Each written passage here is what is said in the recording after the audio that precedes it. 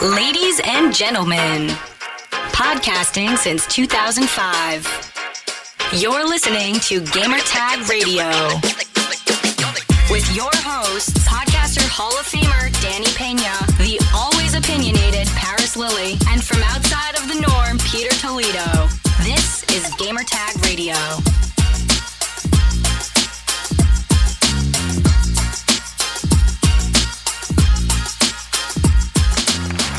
Welcome to Gamertag Radio, episode 1098. This is your host, Danny, and joining me this week, no Paris, no Pete, but we have Rihanna. Hello. From What's Good Games and also G4. Hi. What's up, Ree? What's up? What's up? It is early. Very early. Very early. And we're going to be talking about Apex Legends on the show. And the reason is, Season 8 is coming up, and also the second anniversary of the game.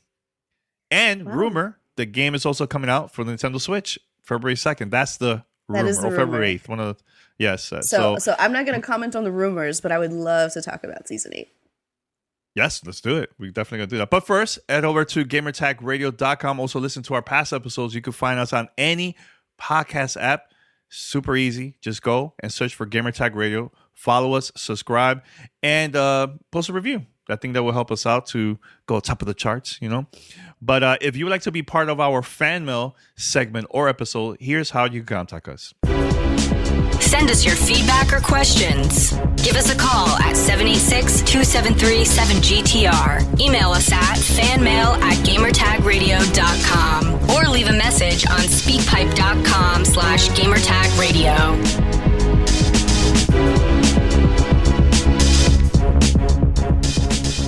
All right, so Ree, Yes. I think I'm gonna go back. So a couple years ago, it was Super Bowl weekend, and there was rumors of a battle royale that was coming from Respawn. I think everybody was super excited. I personally thought it was gonna be like a a Titanfall battle royale type game, right? And we finally got to see the trailer, the announcement, because I think there was pictures that got out slowly over the weekend during Super Bowl. I think during the halftime, there was pictures of content creators that went to Respawn and got to play the game early. So the game came out. I'm thinking, okay, I think this is going to be cool. And I really enjoyed the game. So I stopped for a while because I've been playing other games and everything. But I've been playing a lot more lately, a lot because of you, of course. But and the reason why I wanted you here is because you're a huge fan of Apex Legends. Huge fan. Yes. And the second anniversary is coming up. And I just want to talk about that. So how was it for you the first time that you started playing Apex Legends? Like how you heard about it and it took you a while, or you were in the game right away? Yeah, I think I heard about it pretty much just like everybody else. Everyone started talking about like this game that was dropping in, and oh my gosh, it's here, right? They did a pretty incredible thing. And as somebody who has been in games marketing, I honestly can't believe they pulled it off where they didn't talk about the game at all until it was out. And not only that, but it was another battle royale. And this is in a landscape where we already have Fortnite, super huge. We already have PUBG, another really big, little bit more realistic looking battle royale. And then they're like, okay, here's something that's kind of in the middle, and it's free to play too. And everybody was like, why would you do this? Why would you release another one of these games, right? The hype train was starting to get some doubters, but they nailed it. They blew everybody's expectations completely out of the water. And when I say I booted it up, and the fact that it worked day one on a stealth launch when it has so much heat and like more players than they ever had during testing, I was blown away just by that. I was completely impressed. And not only that, but it was fun. It had this new thing called a ping system that everybody was super excited to use, and a really amazing feature for accessibility. And it had interesting characters. The characters were diverse. The voice acting is superb. Like it did so many things so right that like I literally could not put it down. Now, I know you mentioned that you were also involved in game marketing. You would like to mention some of the games that you worked on in the past? Because a lot of people don't know. Yeah, sure. I think it's important to mention that. You know? Yeah, so I've worked on many games that I don't have credits in, because that's the nature of game dev. But the few that I'm the most proud of would definitely be Halo 5, Ori 1, Ori 2. So Ori and the Blind Forest, Ori and the Will of the Wisps. And the little sparkle in my heart is Tell Me Why from Don't Nod Studios that came out this past summer. Yeah, and that was your last game. That was the last game I've worked on. I'll say the latest game I've worked on, because who knows what the future holds. That is true. And now you're working at G4. What is it you do with there? G4? Yeah, so at G4 TV network, I am the senior manager of brand marketing. So it sounds very, very corporate, but essentially I'm just trying to make sure that we tell you guys what we're doing, we do it in the right way, and that we feature diverse voices on our channel. So yeah. All right, cool. And I know I got to watch the reunion special this past November, which was a lot of fun to watch, and I can't wait to see what you and your team have planned for the future, man. It's gonna be really cool. We have plans. Really, really cool. We have plans. As much as COVID makes it difficult to do things, we got plans. Don't worry, we're still moving. All right, cool. All right, so let's go back to Apex Legends. So there's a question that one of our listeners just posted on Twitter. Oh, cool. Actually, to our tweet about that we were going to go live. He's like, hey, Lindell, his name is. Considering the game has been out for a while, do you think it is a new player-friendly game? I think the beginning of a new season is always the best time to get into Apex specifically. And here's why. Even if you've only played in the last couple of months, there's been a lot of changes, right? Since season 7, where they dropped Horizon and the new map, they've added the replicator system. They've changed the gun meta a few times. They've added Evo shields only, so you don't get static shields. Every shield you get can level up as you do damage to other enemies. They've taken the drops that will come concentrate in certain areas, and you can go straight to it and get supply crates. They've put that in and taken that away, all in the last season. So Apex changes a lot, and if you're not comfortable jumping into a game mid-season without knowing the meta, Season 8 is the perfect time to get in, because everything will change. Kings Canyon is getting obliterated. We have an entirely new weapon that no one has played with before. Like, believe me, you're not going to be that far behind the curve, and you will catch up very quickly. Yeah, you know what? One thing I realized, that this game, in my opinion, works with playing with friends. Yes, absolutely. There's players out there that maybe they have friends online, but might not play this game, or they're not into Battle Royale games. Do you think that this works for solo players? Because I know in the past they did release a solo player playlist. Yeah. I think for like temporary, it was like a time thing. But right now you only could play duels and trios. So for somebody that's new, don't have friends that play this game, do you think it's going to work for them? What is like the best advice you will give them about that? They do have some LFGs that you could jump into to find people to play with. But if that's just not your style, if you prefer to just play alone, they do occasionally have solos modes. It's not as common as, like the duos. So if you have at least one person that you would like to play with, maybe another Gamertag Radio listener, that would probably be your best bet, because this game really is meant to be played in groups. The meta between the different legends and their different tactical and passive and ultimate abilities are built so that they can sort of mix and match together. But because Apex, like I said, is pretty dang accessible, they have things like the ping system, which lets you identify something in the world and your teammates can see it. And it could be a number of different things. You could say, I've seen a player over here, or I'm going to go loot over there. I'm watching here to make sure nobody comes and sneaks up on us. And you can do all of that without saying a word.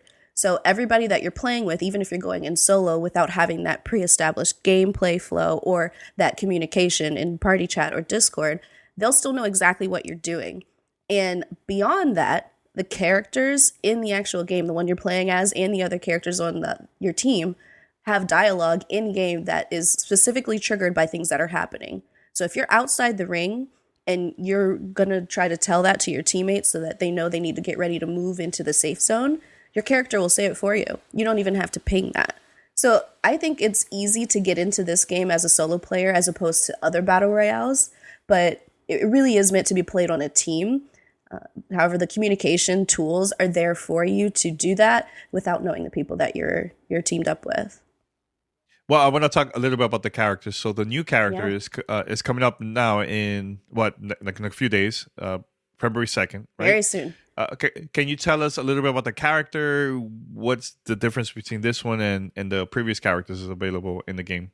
Yeah, so backing up a little bit, let's talk about season 8. So Yes. season 8, they dropped the launch trailer this past week, and it's very, very well done trailer. It's part of what they're doing. Was it Tales from the Legends? I want to say Tales from the Borderlands. That's always where my mind goes. But it's really great how they do these little backstory clips of the new characters and that hint at the changes that are coming to the game. Because Apex, as you know, is a battle royale, so they don't have a story mode. There's no typical single player campaign to learn about everybody that you're seeing on your screen. So they do these character shorts where you get a little bit of their backstory, maybe a flavor of their fighting style and their abilities. And it's nice because, again, the set of characters in Apex Legend is ridiculously diverse. I mean, they have robot people, they have people who can manipulate time and space. Like it's pretty wild how many different types of characters they do manage to fit into this one narrative. And in case you don't know, the world of Apex Legends actually is tied into Titanfall 2. But I'll go ahead and read what they say about Season 8 and Fuse, who is our new legend. So they say, Fuse doesn't lack confidence, but he often lacks a plan. He's a blow up, first ask questions later kind of guy. And Fuse's entrance has dramatically reshaped Kings Canyon. And they've been pretty mum on the details. They say, stay tuned to learn more. But we do know a little bit more about Fuse, and I'm reading this from the wiki at Titanfall fandom. So it says Fuse is the legend that will be in Season 8. His real name is Walter Fitzroy, and he is from Salvo. Now, Salvo is one of the outer ring planets, like filled with sort of more like outcasts and people who would be a little bit outside of the Syndicate, who is the you think of them as like the Imperial force that's kind of uniting all of the outer planets together. Salvo is the first one to join the Syndicate after they started spreading their reign. And back to the wiki, Fitzroy's best friend ever since his childhood was Maggie, or Mad Maggie, and he and Maggie were outlaws. When Salvo joined the Syndicate, Fuse was given an offer to join the Apex Games as the latest legend, presumably to ease the tension between the people of Salvo and the Syndicate, thinking that as one of the people from Salvo, if people saw him on screen in their big game, like an NFL player, for instance, they would be a little bit more accepting of the rule, right? So after the announcement of Falco joining Syndicate Space, Fuse proceeded to tell Maggie that he joined the Apex game, and then Maggie blows off Fuse's arm with an explosive. So you get the sense that maybe Salvo is a really tough place, but Fuse especially is a little reckless. He's playing with explosives all throughout the trailer. You see him and his friend Mad Maggie going back and forth and, really risky situations where they are escaping death left and right. And you get the sense that he's going to be very chaotic. As far as his move speed, every character in Apex moves at the same speed, but their character animations makes it seem as though some are faster and some are slower. So Wraith, for instance, who is a little bit smaller, she moves fast. Caustic, who I play, is a big boy, and it looks like he's running really slow compared to Wraith, but they actually move at the same speed if you put them neck and neck. So it's looking like Fuse will probably be one of those characters that looks like he moves a little bit faster. He has, let me pull up his abilities.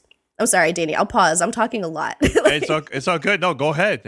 Hey, go ahead. It's all good. We're talking. We're having a conversation about Apex. There's nothing wrong with it. Go for it. So let me see. I don't think I have details on his abilities, actually. So we haven't seen his full move set. So they probably once it gets closer or the day of, we'll find out more about that. Okay. Now I want to ask you this question because I think it's important. Okay. So you've been through the whole almost 8 seasons now playing the game. Yeah. In your opinion, which the seasons stood out to you and why? And do you think season 8 is also going to be important compared to the other seasons? 2 very good questions. Which one stood out to me and why? Yeah. Was it because of the map changes? Because there was some seasons it was just the characters and it was just the same map.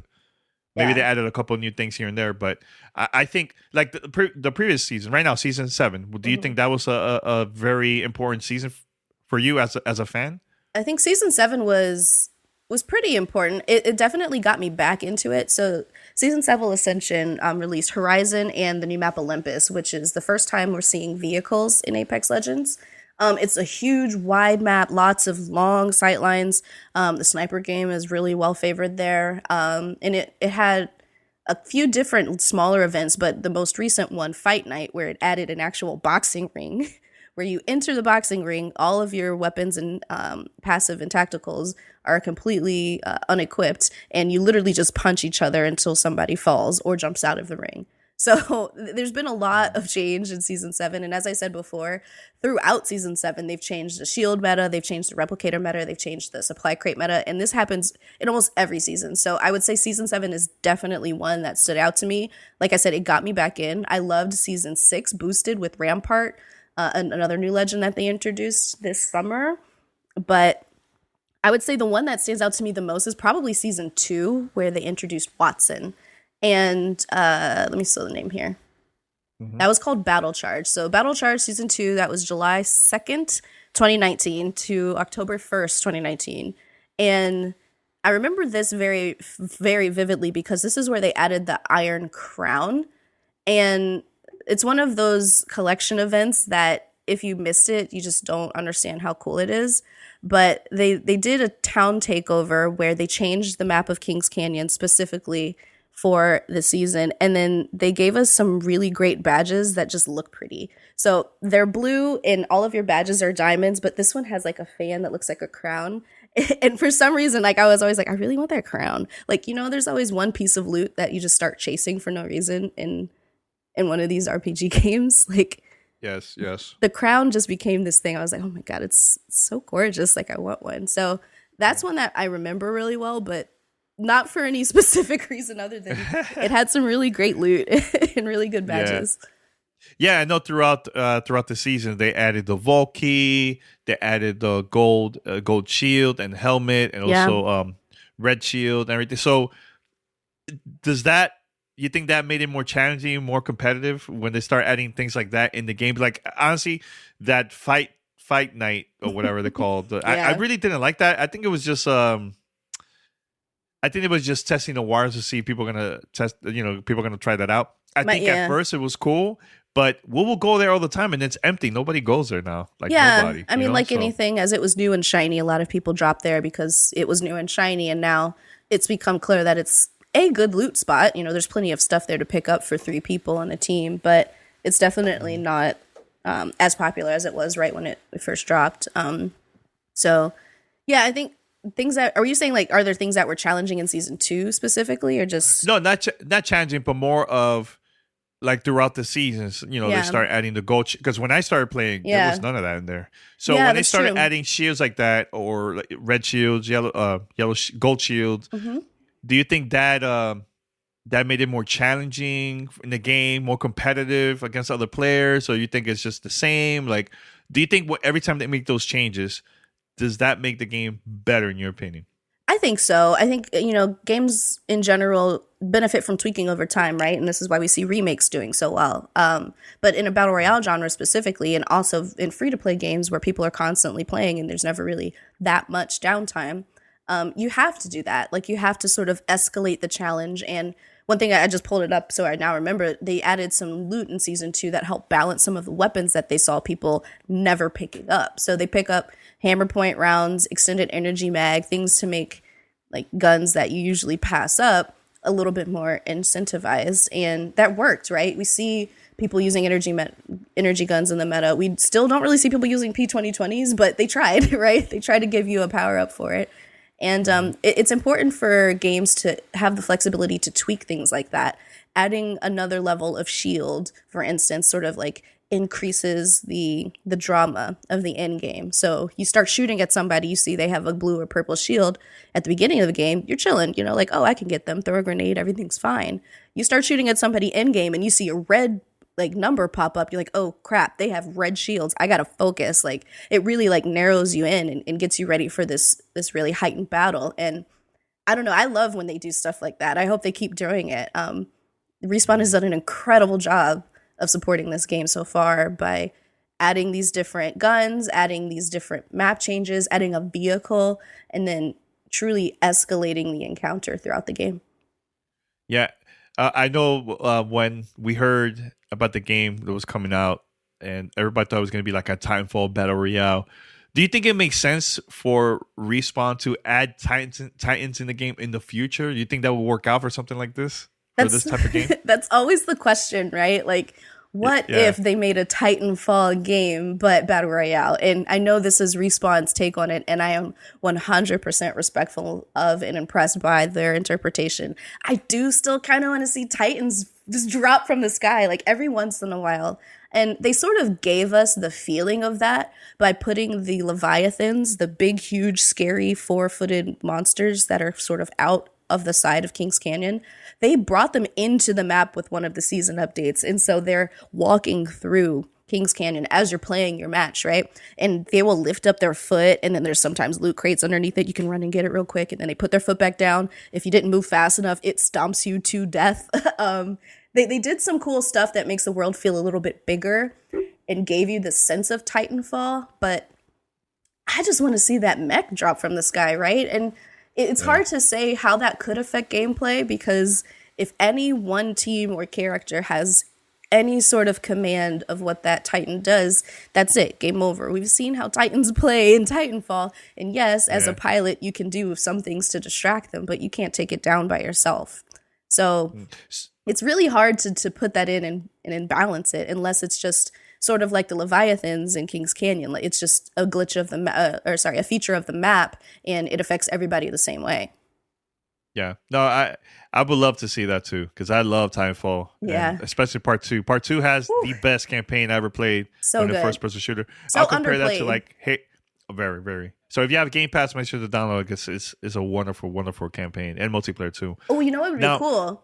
Really quick, I just thought of this. If they had the Titan fall down and the Titan's going crazy, it's like glitching out and then just spraying everywhere, and everybody has to sort of like take cover from it.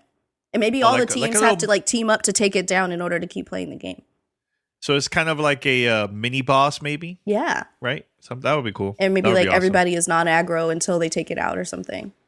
Yeah. Now, there's going to be people, they start playing the game. Yeah. Right, Ree? Mm-hmm. What is like the best tips you would give them, especially picking up weapons? Which one works? Which one you think it would be okay to start it off once you start the game? Absolutely. It's a good question. So in case you're unaware, like completely uninitiated, the way Titanfall works is Titanfall.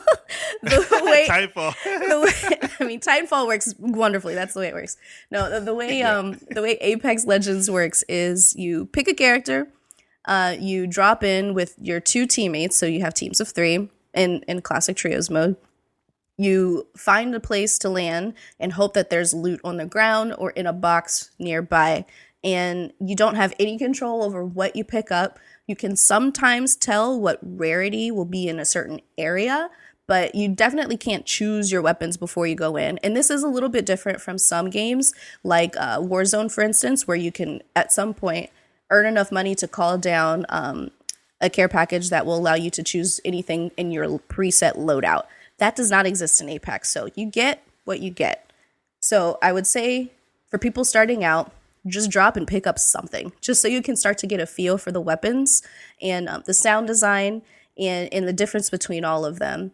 But if you're going for, and I'm just going to talk about weapons in general and gear, if you're going for like a short distance game, if you like to close a distance and shoot people a little bit more close range, always go for a shotgun and always go for an SMG. The alternator is fairly okay. The R99 is fantastic, but it rate of fires so fast that if you don't have an extended mag on it, it's almost unusable because you'll run out of ammo and you'll have to reload quite a bit. If you're going for mid-range, I would say, again, maybe a submachine gun or a shotgun, just in case people get too close to you. But the ARs are pretty decent. I prefer the R301. The R301 used to be more powerful. They've actually nerfed it a couple of times, but it's still pretty viable in the meta. And if you're comfortable with it, I would definitely encourage people to try out either the Devotion or the Spitfire. Those are LMGs. They're pretty decent at mid range. You get a bit further out, it's harder to get accuracy with those, but they're very powerful and they have very good mag size. And if you're playing as Rampart in particular, her passive makes those even more valuable. And of course, if you're doing long range, you're going to pick up a sniper or maybe a G7 Scout, which is a single fire light machine or a single fire light gun. I don't like snipers. Danny, I know you snipe a lot more than I do. But yeah, I'm okay with it. I'm getting better with it. Yeah, I mean, they're super effective. We've seen clips of people, and I've seen you take people out like in 1 or 2 shots with the sniper rifle if you get the well-placed headshot and they don't have the best shield on their head. So, I mean, there's lots of ways to play. If you're looking at specific guns, it's really up to you. Like, I know I have light guns is always like my primary if I can. I know, Danny, you tend to go for the snipers and the heavy weapons. We have other friends who prefer the energy weapons, which I don't get, but hey, more power to you. I mean, the only one that I use for energy is the Havoc. The Havoc is only okay for me when you can put the turbocharger on it, and I'm pretty sure they took that off as one of the attachments in this season. So unless they put a turbocharger back on the Havoc or they reduce that charge up time, I can never play with it. Like, it's tough. It takes a while to spin up before it starts shooting, and that's not good for the way that I play. Hey, I have a couple questions here from our listeners. This is from Chubby Wubby. Okay. Shout out to him. And thank you for the donation too, man. He asked, what do you think of the next Titanfall game will feel like other people becoming too accustomed to Apex Legends? You think they're going to combine both? You think so, in your opinion, as a fan of the series? I mean, absolutely, right? They all take place in the same world. Talos, I believe, is the name of like the world or the planet. It's a planet located in the Outlands. That's it's the same universe, right? So that's like asking if the MCU will combine storylines. I don't think it'll change much of the gameplay, but you can bet that if Respawn had this much success with Apex Legends, that some of the lessons they learn in the quality of life changes and maybe even some of the gunplay from Apex Legends, they're going to put it into next Titanfall. You don't waste good learnings like that. And it makes sense because the worlds are in the same place. So I think we'll definitely see Titanfall influenced by Apex Legends, and I'm excited for that. I think they keep getting better and better. It's a really great studio, and they've been on it with the tweaks that they've made to Apex. Oh yeah, definitely. And I think this is a pretty good question here. Rock B Sal wrote, what are your opinions on ranked? How do you think they could improve it? Because honestly, every time we play, we never play rank. We don't play ranked. I have played ranked. So is there a difference? Is there anything? Oh, yes. Yes? Okay, all right, There's a difference. I would say for me, and this is just for me, I'm not a pro player at all. I say I am okay, maybe good some days. But when I go into ranked, it is a different pace of game. It's the same number of players, but people usually don't drop hot. Folks usually have the spot that they like to go to no matter where the ship is dropping you. So you see people going a lot further when they're dropping, and it's a lot quieter in the beginning of the game. And you don't see teams coming together and interacting or crossing paths until maybe like a few minutes in, versus in the beginning of our games, Danny, we can see like the little scroller going like so-and-so died, so-and-so down, so-and-so down. That doesn't happen as much in ranked. People are much more intentional and careful.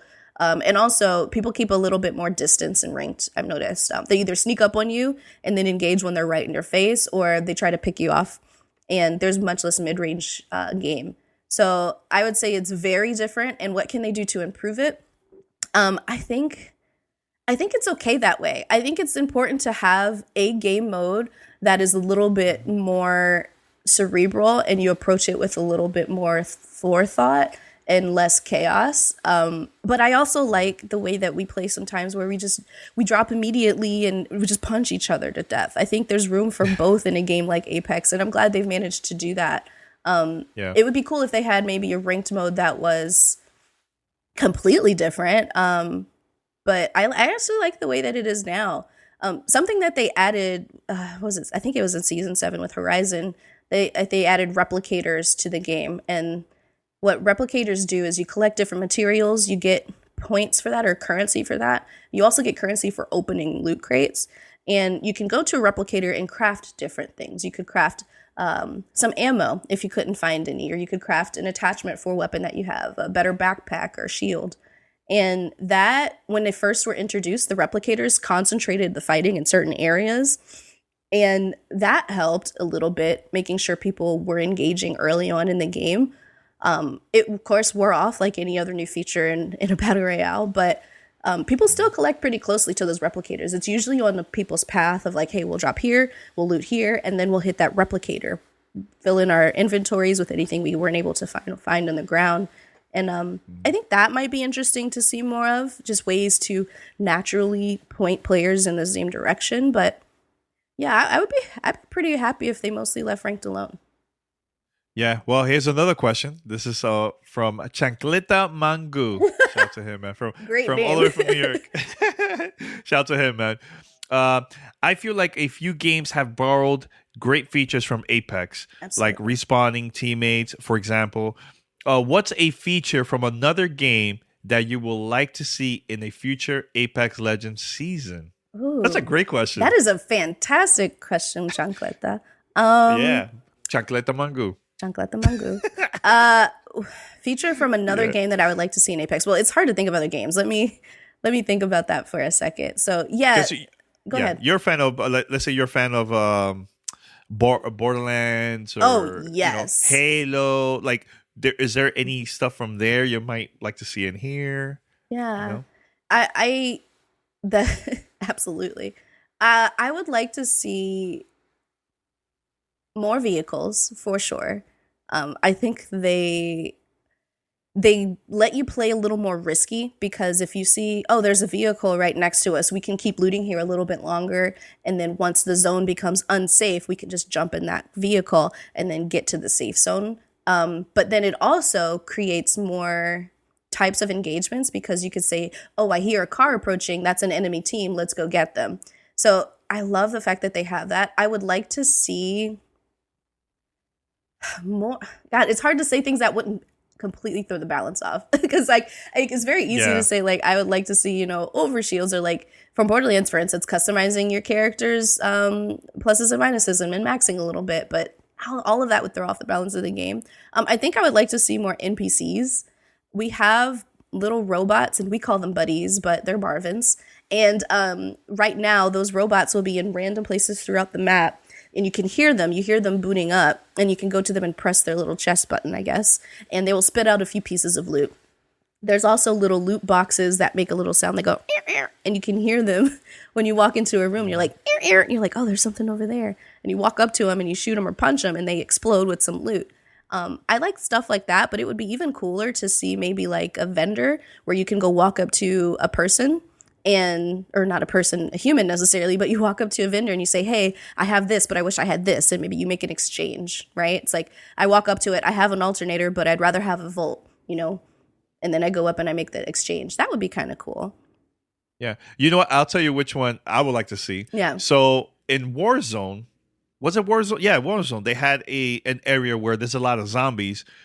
It's very risky going there because there's tons of zombies, but the loot there is like pretty good, right? Yeah. I think I would love to see something like that in Apex, where there's an area where there's a bunch of, maybe there's like a Titan, and if you destroy the Titan, you'll get some good loot, So that's a cool idea. Like that. Yeah, instead of having one, it could be maybe 2 Titans, because I feel like if you have one, everybody's gonna go there and start fighting you. So I think that would be something cool, to add in the game in the future. That is a really cool idea. Yeah, some high risk, high reward stuff that again gets everybody over there. And maybe they could do something like Fight Night, where once you enter that area, you can't fight each other. You just got to take the Titans out or something. Yes, yeah. Or maybe take a warp where it will take you to a secret location. Only a certain amount of people could go there. Hey, look. Like a one team at a time. Let's go. This is cool. These are great ideas. I love that. That would be cool. Yeah. You know how the vault, you find the vault key randomly. Yeah. It will be something like that. Maybe you will find a key to go to like a secret location. Yeah. You only have like a certain amount of time to go in there and destroy the Titan. get the loot from there, and then go and back then to it the explodes island. or something. It blows up and you run out of time. And if you don't but you get only out. have a certain amount of time. To go there. That's cool. That would be Can they pull something up? I think that would be cool. You should submit that Right? idea. Yeah, that would be cool. All right, so Chubby Bubby asks another question. So this Chubby is a good Wubby. one. Doubles. Yeah, shout out to him. Do you think they would add the double jump and wall riding and make it available to all characters like in Titanfall 2? I don't know if that will work. For this. Not my thing. It's difficult, right? Because mobility is a specific move set for some characters that give them their special advantage, right? So it'd be hard if you gave that to everyone. The characters I'm talking about are sort of Pathfinder, who can do like a Spider-Man swing, but more so Octane. And Octane's backstory is actually really interesting. Octane was, let me actually pull it up. Octane was one of the people who ran the Titanfall gauntlet, and I'll go ahead and really read his thing real quick. It says, one day Octavio Silva was bored. In fact, he was bored most days. Heir to the preoccupied CEOs of Silva Pharmaceuticals and waiting for nothing in life, he entertained himself by performing death-defying stunts and posting holo vids of them for his fans to gawk over. So on this day, he decided to set the course record for the nearby gauntlet from Titanfall, by launching himself across the finish line using a grenade. So this is why he doesn't have legs. And Octane is hooked up to sort of like a life preserver. And that's why Octane can continuously generate health over time. But again, like blowing off his legs is sort of inspired in his moveset. You know, Octane throws a jump pad down, he launches off of it, and then he has a double jump. And any other player can do the same thing, launch off of Octane's launch pad and have a double jump. So if they added that to everyone, that would sort of negate Octane's ability. And I think that was sort of Respawn's way of doing the Titanfall movement in Apex Legends, is with Octane, and specifically tying his backstory to the Titanfall games. To the Titanfall games and the Gauntlet. But I don't see it being more than that. I think, again, they've really worked hard to balance all of the different character abilities. And yes, some of them are used less often. But I don't know. I think they've kind of maxed out what they can do with the double jump and the wall running. You know what? One thing I notice every time we play, we usually pick the same characters for us because it worked. We're pretty good with that. And I feel like we play well using those same characters, right? Of course. Is that important depending what type of characters you choose in the game as a team? Do you think that's very important? And what would be like the best combination? Or do you sometimes test it out to see if different characters will work for like different sessions or not? What? Yeah, absolutely. So, you know, it's funny how we all progress through the character we started with, the character we experimented with, and the character we always play now, because they're usually three different ones. And Yes. There are definitely characters that work really well together, but it is important to find what character works well for you.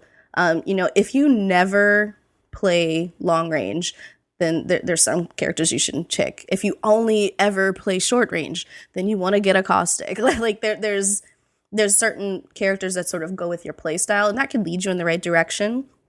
But characters that go really well together, I think, are Caustic and Bangalore, who are the two characters that we play, or Caustic and Gibraltar, because Caustic, with his ultimate, he can throw noxious gas and it makes a huge gas cloud in a small area and hurts everybody there, and Caustic can see exactly where they are.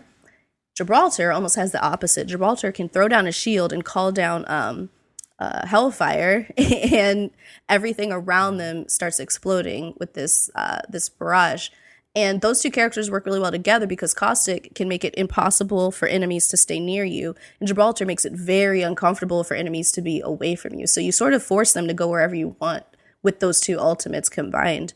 And there are other combinations that work similar to that, right? Like Bangalore, again, you know, has a barrage that is similar to Gibraltar's, and that works very well for closing the distance. And then Caustic can throw the gas, everybody starts getting ticked with damage, and then Caustic can call out where they are.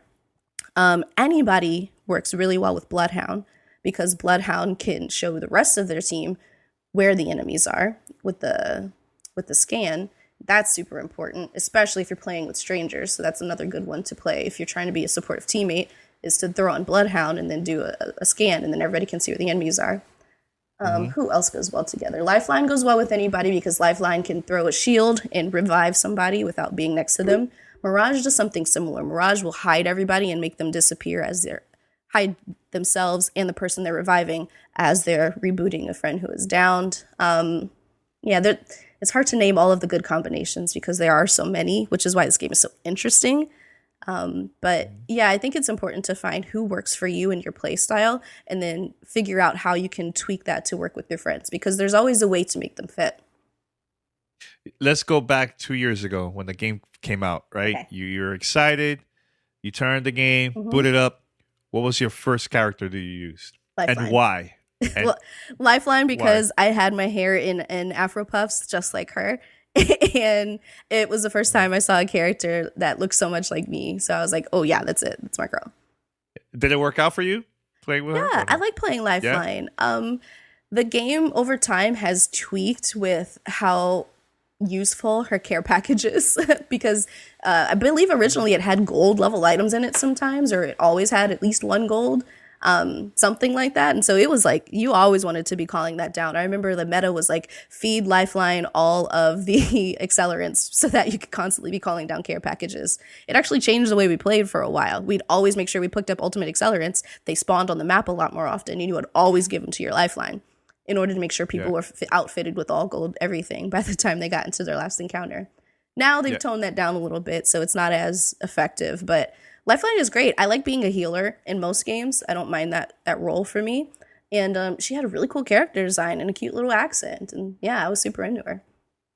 You know, my first character was Mirage, and I think it was more of like his attitude. He was like really cool. He has this swag. So I'm like, let me just use him. And I was using him for a while, and then I changed it up. But that was my first character in the game. It's a good character. Honestly, it's hard to find a bad character in the bunch. There are some people that, don't get picked as often, obviously, like I said before, but they're all viable. Yeah. No, but it's good. This is a great conversation, right? We've been talking for like almost an hour. It's just strictly 100% Apex. I could talk about Apex all day, Danny. I love this game. Yeah. Anybody has questions for Rihanna, before we wrap this up, hey, post them in the chat or email, and we definitely will talk about it here, But I'm excited. I'm excited for season 8. I can't wait to see the changes, the new character. Yeah, so I tried to find more info on the changes coming, and it has been really very secretive. Really secretive. The only stuff we truly know, and this is officially from the EA.com. We know that they're introducing a new weapon. It's a 30-30 repeater. So it's called 30-30 repeater. I don't think we have its official name yet, but the flavor text says Salvo's most popular weapon. This lever action rifle, so it's another rifle similar to the G7, picks apart the opposition with hard hitting rounds. So my guess is that like we have the G7 Scout, which has been a light rifle, we're going to have the 30-30 repeater as its heavy counterpart. Now, this is similar to how we have, we had the P30? What's the 3-round the 3-round heavy machine gun, or the 3-round heavy submachine gun, the da-da-da-da-da-da-da-da. I can't remember the name of it. I can't remember the name either. So it used to be a normal item. It's now a red item. So you can only get it in Loot Crate drops, and it's a red item now. But that is the heavy little submachine gun, and then you have the R99 and the Alternator, which are the light submachine guns. Or you would have something like the Devotion, which is a heavy, sort of not heavy, which is like an LMG, but it's energy. And then you have the what is it? The green, the heavy light machine gun, the Spitfire. So you have the Devotion, the Spitfire, their energy light machine gun, and the heavy light machine gun. So we have the G7 Scout, which is the light lever action rifle. Now we have the 30-30, which is a heavy rifle. So it's interesting that they're kind of like fitting in more weapons that have counterparts that we already understand, so that it won't be so difficult to pick it up in the meta, and that'll be accepted a little bit more quickly because people will be like a little familiar with it, and they're like, oh, I know how the G7 shoots. This is a heavy version of the G7. It'll probably be similar. I at least have a starting point, right? I know how far I can shoot with it. I know about what power level it might be. and it's easy to comprehend that way. So I like the way that they fit that in. We'll see how popular it is. The other thing we know that's coming is a new battle pass, obviously, but ranked again. So they haven't gotten rid of ranked. It seems like they'll probably have some tweaks, like the listener was asking about, but no big announcements yet. So I don't see them doing too much different with ranked, or they hopefully would have said something by now. Yeah, I think there should be a reason for me to go to play rank, maybe an exclusive loot that's only available that's not available in other playlists, you know. So I think that would be a good reason for us to try it out, right? Yeah. If they do something like that, yeah. We give it a shot. And they're changing the map. I don't know. I didn't say that yet, did I? No. No, you haven't mentioned. Yeah, you haven't mentioned that at all. So there's too much to talk about. There's so much good stuff in Apex. So in the season 8 trailer where they introduced Fuse to the Apex games, right? He's celebrating on a big, huge boat. There's a cute little quip that Mirage has talking about like, oh yeah, it's a big boat. Because, Mirage had his thing, the Mirage Voyage map change where he actually put a cruise ship on top of Kings Canyon and you could go up there and find loot. And there was like a DJ deck and a party happening.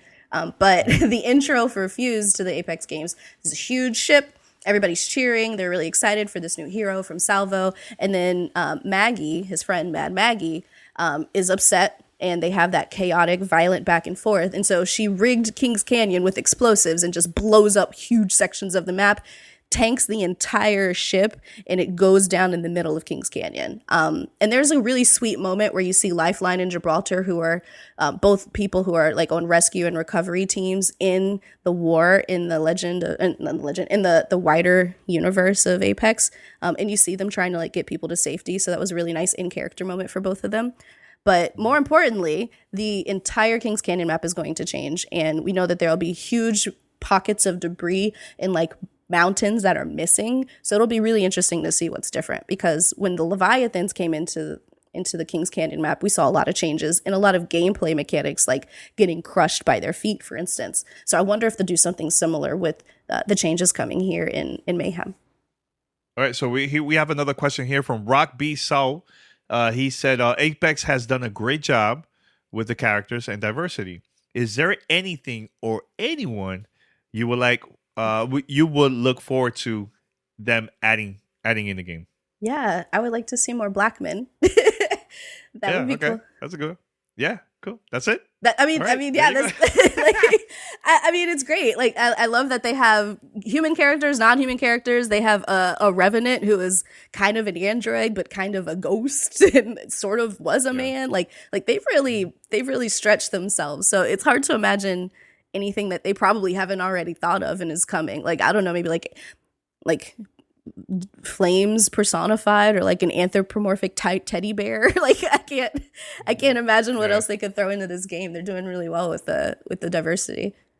Cool. Do you watch any of the esports tournaments of Apex at all, or you just like randomly just watch videos on like Twitch or YouTube, or just people playing? What is it that you're into? Definitely the latter. I like watching random people play because I feel like they're more likely to play at a level that I could comprehend.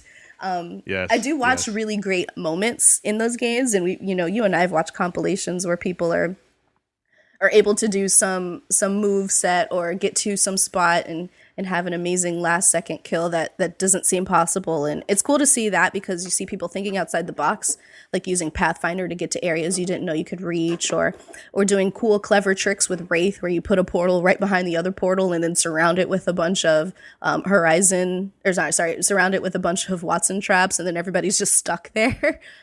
Yes. Yeah, there's some. That was pretty cool. That was a cool one. That was funny, right? There's some fun stuff in the everyday people compilations, because I think they can get up to more nonsense than the pro players, right? Like, the pro players have to be very strategic, very intentional, but regular folks like you and me, we can come up with some pretty funny combinations of skills and attributes. So those are the ones that I like to watch the most. What was there any crazy ones you're like, I didn't know you could do that?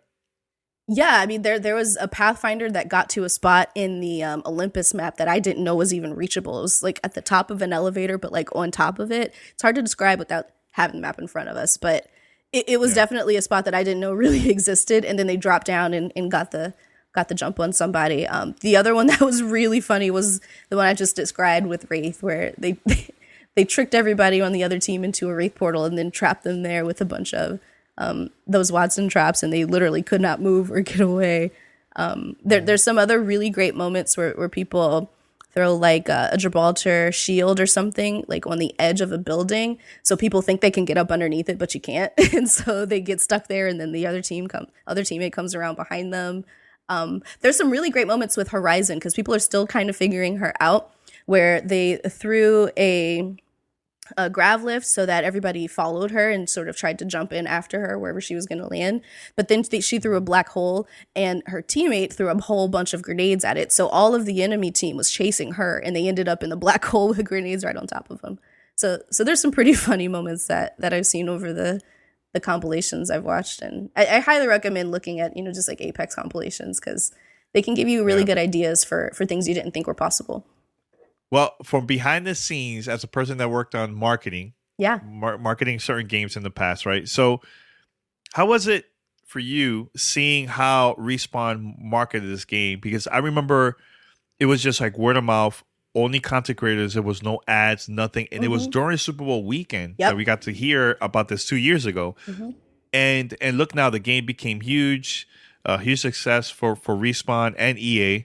And I think this has been the most successful game for Respawn compared to like the previous game that they worked on. So how was it as a marketing person, Respawn promoting the game like that instead of the traditional, hey, let's have ads everywhere and all that stuff? Yeah, I think it was very risky, but it obviously paid off, right? And we've had influencer marketing for a while, but I think Apex is definitely one of the more high profile examples where they paid so-and-so, I think it was $1 million. Was it Ninja $1 million? Or that was the rumor. I don't know what it actually was, but essentially they put a lot of money into having some really high profile Battle Royale players, specifically on Twitch, play this game.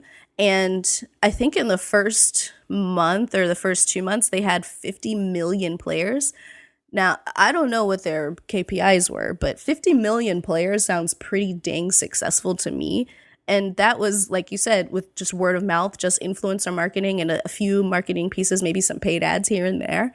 I think they nailed it. And they've, of course, upped that with these character shorts and giving us more information on the actual world of Apex Legends and Talos and doing classic traditional marketing since the release. But leading up to it, at that point, I'm pretty sure that was like unheard of in gaming. Saying nothing, doing nothing, and then dropping the game, and everybody's online, and hardly anybody had, was it disconnects or timeouts or anything like that. I think they did something that I don't think many studios could do, and I'm still marveled by it. I think there should be like a book written about how they pulled that off, because it was really impressive. And to take any kind of shine away from Fortnite, like I believe they beat Fortnite for a while, that was really hard to do, and they did it. They put it off. Yeah. Now, a couple of things before we wrap this up.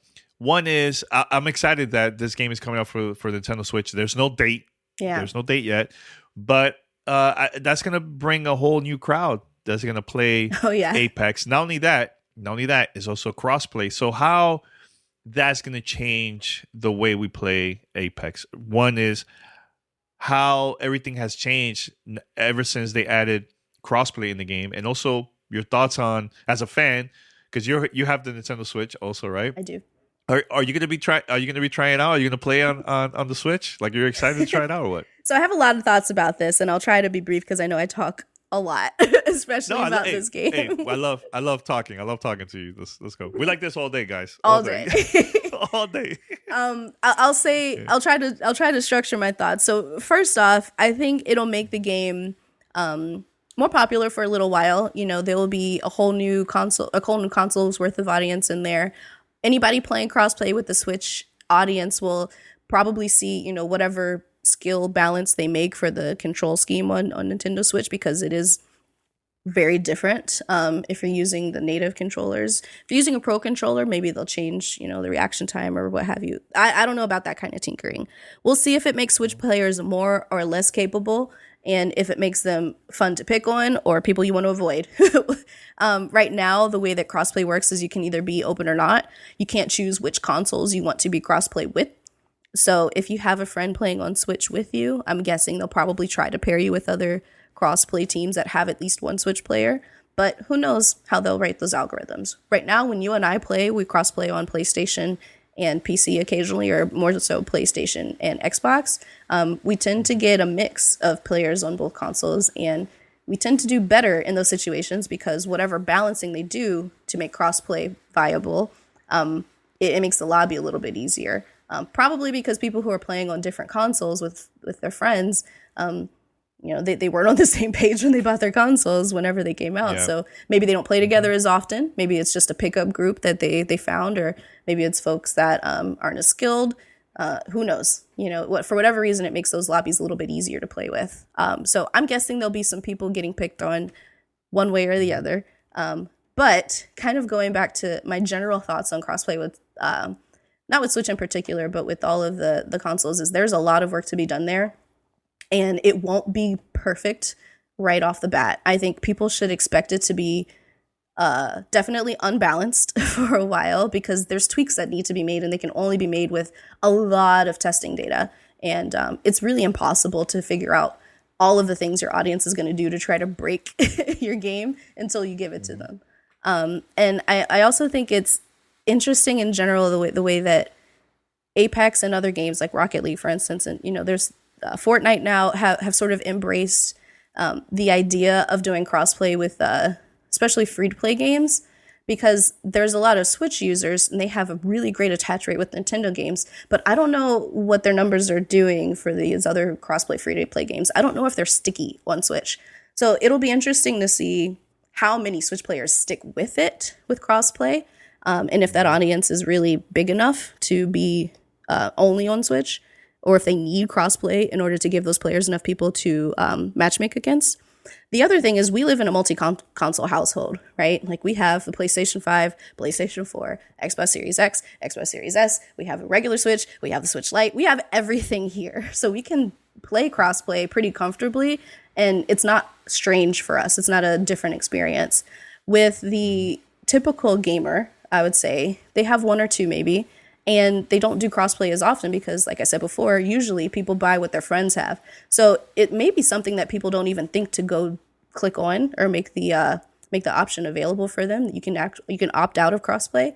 So again, I don't know if those lobbies are really going to be that big with the Switch joining. So it'll be interesting to watch how it plays out because it could go a couple different ways. But I think it'll be informative for other games for sure to see how Switch does. Yeah, you know what it is too, Ree? That Nintendo crowd, they love to download new content. Yeah.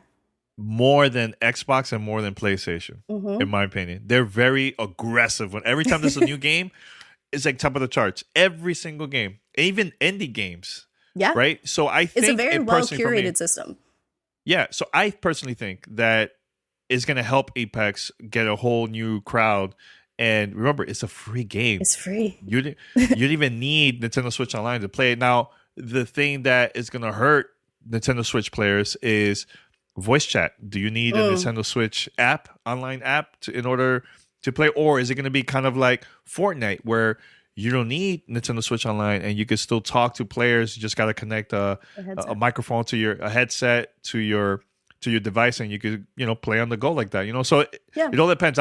We're curious about it. Let's see how that's going to work for Nintendo Switch players. But from when it comes to that part, just as a person that don't talk a lot unless I play with players that I know, my friends, I'm excited to see what's going to happen with Nintendo Switch. Yeah. I'm excited. I'm definitely going to try it out. It worked for Fortnite. It worked for Fortnite. It did. And Fortnite did mobile at the same time as Switch, right? If I'm remembering that correctly. Yes, that was mobile. And I tried mobile. Yeah. I even did this experiment. So Paris was playing, I believe, the PC.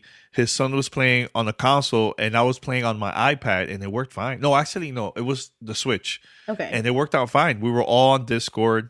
Yeah. We were talking, and it worked out. it was smooth. Yeah. Smooth experience overall. That's good. So and it could work. The in-game chat in Apex is pretty good. And like we've been talking about, the ping system is very robust. Like you barely have to say anything to your teammates in order to communicate with them. Yeah. I can't believe we've been talking over 60 minutes, all 100% Apex. Easy. Thanks, Ree. It's been a great conversation. And we're going to do an after show. And also, we're planning to play Apex in a few minutes here. So that's going to be a lot of fun. Ree, anything else before we wrap it up? Oh, gosh. I don't know. I mean, if you don't have any listener questions, I guess everybody should go try Season 8 at the beginning of February because we need people to play against, right? Yeah, definitely. Well, I would love to do like a community night where all of us would just go and play, and maybe randomly we'll meet up, and we'll have different conversations in the chat. I think it'll be cool. Or just watch us live, right? Watch us live here, or your channel. You want to mention your Twitch channel because you just started streaming. Yeah, I just started streaming. I want people to go over there and follow her.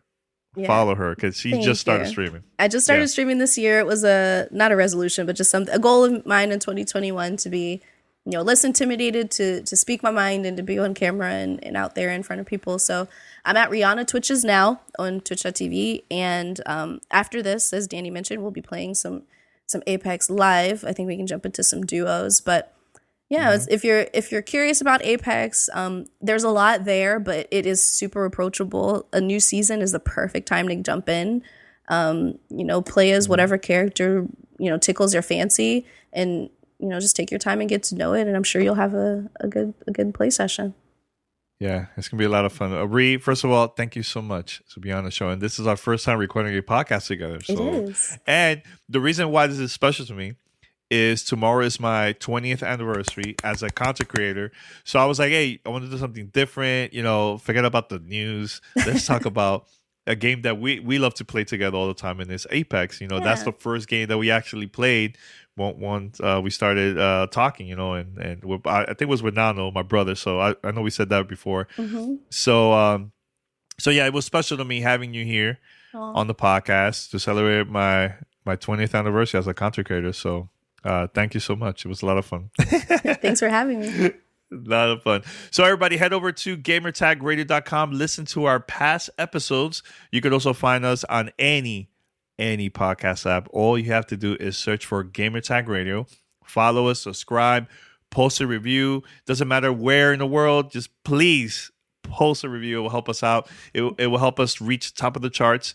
And we need that community support, and share our content to your friends. Let them know about GTR. And if you would like to be part of our segment of fan mail, or sometimes we do like a whole episode, just strictly questions from the listeners, here's how you could contact us. Send us your feedback or questions. Give us a call at 786-273-7GTR. Email us at fanmail@gamertagradio.com or leave a message on speakpipe.com/gamertagradio.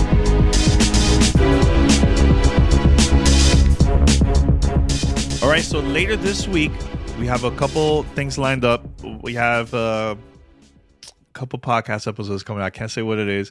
And maybe an announcement, a special announcement, fingers crossed, this week to celebrate the 16th anniversary of Gamertag Radio, which is happening next month.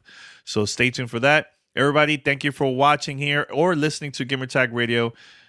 Until next time, this is Danny and also our special guest. Thank you so much, Rihanna. Until next time, we're out. Thanks for listening to Gamertag Radio. Be sure to like us on Facebook and follow us on Twitter.